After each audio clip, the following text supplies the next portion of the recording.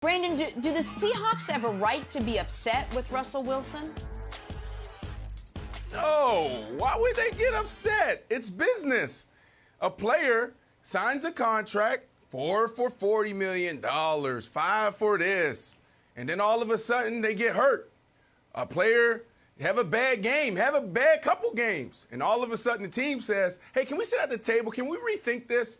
We want you to take a pay cut. Or if you don't take this pay cut, we're going to cut you. So, no, they can't get mad, right? Because players don't get mad when we sign a contract and you ask us to, take a pay cut when we still have 2-3 years left. So, Nick, no, absolutely, the Seattle Seahawks can't get mad. But then when you look at this, man, I just don't understand how they got to this point, Nick. Let's go back to 2011.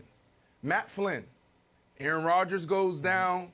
Aaron Rodgers get hurt. Matt Flynn comes in. Matt Flynn plays great. What happened in 2012? He's the most sought-after free agent at the quarterback position. Seattle Seahawks. They signed Matt Flynn to a 3-year, $26 million deal.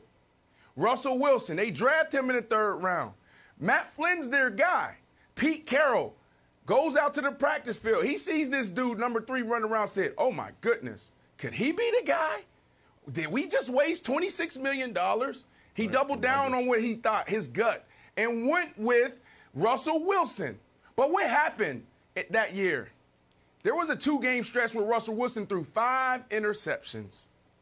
Pete Carroll heard the rumblings in the locker room. All the guys getting on the plane. Oh, my goodness, we need a veteran presence. We need that Matt Flynn in there. This is what you brought him here for. What did Pete Carroll do? He shut off the noise. He said, no, I'm doubling down. This is my guy. This is who I'm going with. Russell Wilson ended up leading them to 11-5 record, leading them to a win in the wild card game.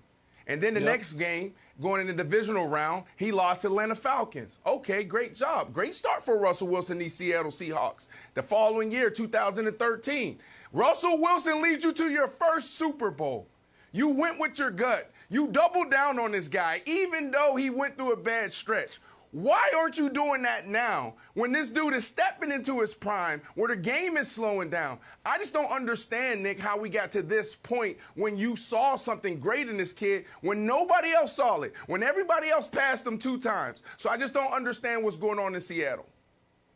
So a couple of things to build off what Brandon said. The first point about the player's contract not being honored. Ask Kyle Van Noy how good a contract is. You go to Miami, you sign a big guaranteed money deal, you play 1 year, see you later, buddy. You won't take a pay cut, we'll cut you. So that's why I nearly always support the players when they finally have some leverage and they want to turn it on their head.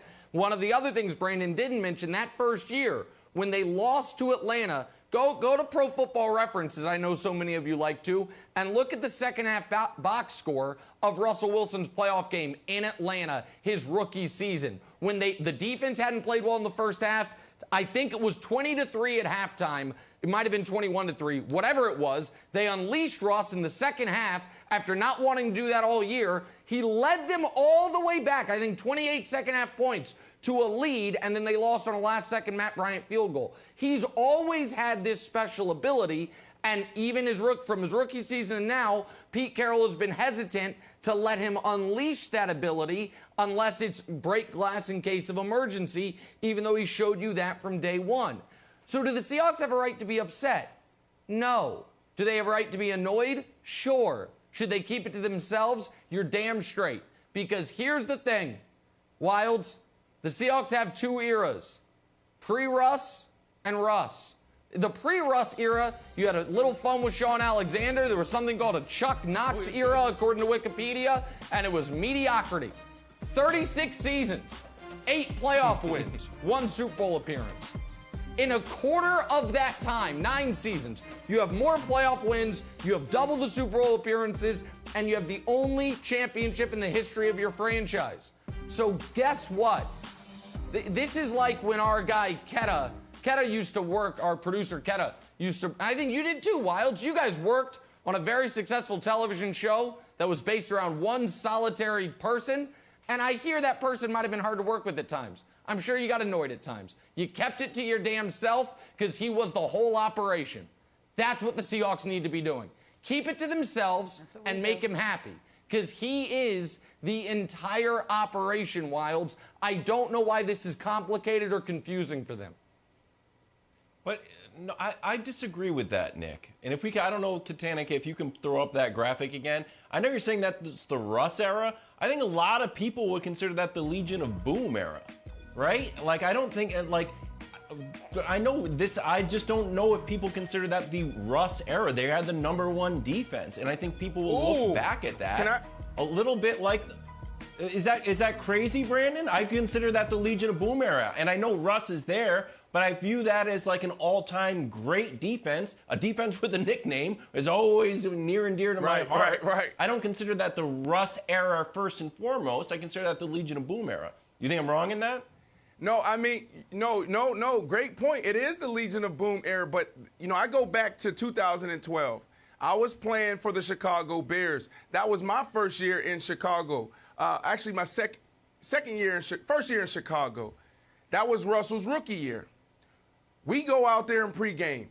I meet Richard Sherman at the 50-yard line. Me and Richard Sherman is about to fight before the game, just getting after it. The dude went and go to his side of the field, and I was like, bro, go on your side of the field. This is where the Bears warm up.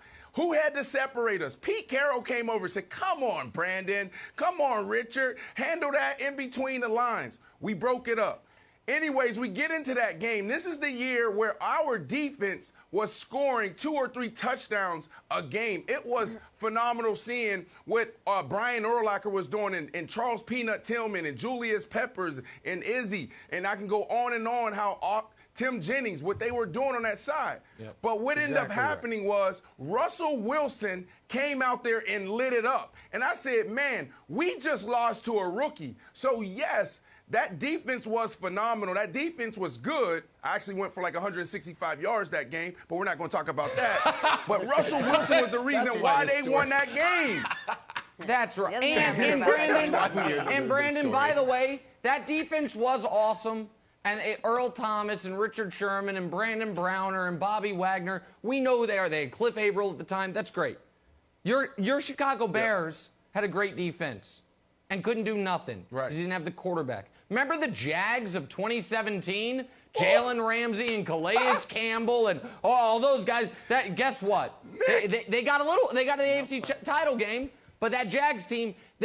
So I agree, Wilds, that obviously, especially when Russ was on his rookie contract, they had a great team around him, and we're not even mentioning Marshawn Lynch. But there's a lot of teams that have had great defenses, Jenna, and a really good running back, and their quarterback held them back. Brandon was on a number of those teams where you had everything but the quarterback, and because of that, you have a ceiling. So that's why I would call that the Russell Wilson era, Jenna.